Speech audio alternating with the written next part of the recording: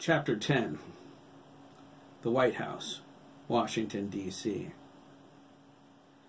Tom Granger stood and excused himself from the Oval Office on his cell phone's third ring.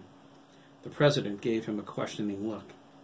Tom raised his hand and lied, saying it was his wife.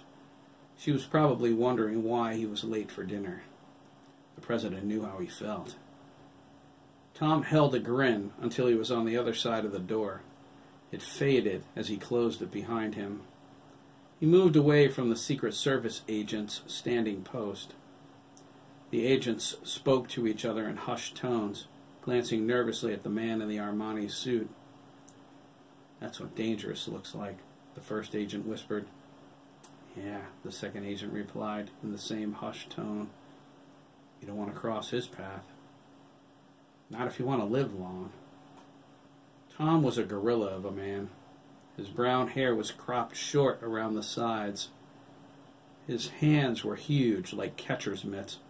His round face was home to an intense, hazel-eyed stare that convinced people of his horrible reputation for murderous violence. Tom didn't know how many people he murdered, but he would kill again when the need arose. He enjoyed it too much to be merciful. He did it out of love for his country. Nobody cared for America more. If anyone wanted to, they could argue that point with the business end of his 9mm. Tom paused by the window, fiddling with the leaf of a potted palm as he pulled out his cell phone. "Granger," he said. He knew it wasn't his wife, so he wasn't worried about the gruff tone. Tom didn't have a wife. "This line is not secure. Say something I want to hear." "It's Carolyn, Tom," Dr. Meyer Brandis said. "I have news." Tom's eyes grew, but then narrowed. At last, he thought. He moved further down the hall to avoid eavesdroppers. Satisfied he was alone, he said, "I'm with the Commander-in-Chief. Is the word good?" "It is," Dr. Meyer Brandis replied. "Excellent," Tom said. "I'll call you." She hung up. Tom switched his phone to secure mode. He hit the speed dial code for his assistant, Darcy Dubois. She answered her secure cell on the first ring. "I'm in the bathtub," she sighed, annoyed. Tom grunted. He couldn't care less where she was. "Contact Chang," he ordered. "Taylor's out of the nest. I want Al Sater in the room. He's giving up Mahmoud tonight, or he's fertilizer. Send a car to pick me up at the White House in an hour. I need to go home and get ready." Tom didn't wait for a response. He ended the call and slipped the cell phone back into his pocket. Finally, after all these years, the project's online.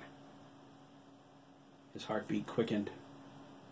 He kept his back to the Secret Service agents while he waited for his smile to go away.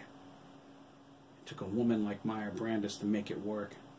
Agents without danger of compromise? I can end every threat to the United States sovereignty overnight, foreign and domestic. Tom liked that thought. It was high time someone set the world to rights. He was the man to do it. He paused on his way back to the Oval Office to straighten the lapel of the Secret Service agent on the left side of the door. He scowled his displeasure at the man's incompetence. He wouldn't look like a slob if he worked for the agency. None of his agents dared embarrass him so. First, the field test, he thought, brushing off the Secret Service agent's dusty shoulders. If everything goes as expected, it will be the beginning of a beautiful brand new world. Tom stepped into the Oval Office and gently closed the door behind him.